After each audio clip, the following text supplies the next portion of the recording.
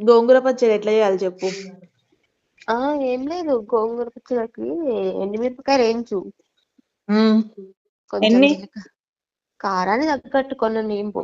ఉమ్, గోంగూర ఎంత ఉందో దాని తగ్గట్టు తీసుకో.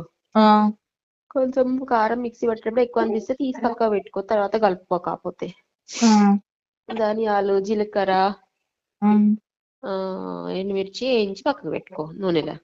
ఉమ్, తర్వాత కొంచెం నూనె వేసి గోంగూర వేసి ఉడకబెట్టు మగ్గి. మూకి కలుపుతా ఉండు గోంగూరని. ఉమ్, కలిపి మగ్గినాక చల్లారినాక మిక్సీ పట్టు, కారం మిక్సీ పట్టు ఫస్ట్. ఓకే కారం ఎక్కువ అనిపిస్తే కొంచెం తీసి పక్క పెట్టుకో, ఓకే. తర్వాత కలుపుకోవచ్చు. తర్వాత గోంగూర వేసి మిక్సీ పట్టు.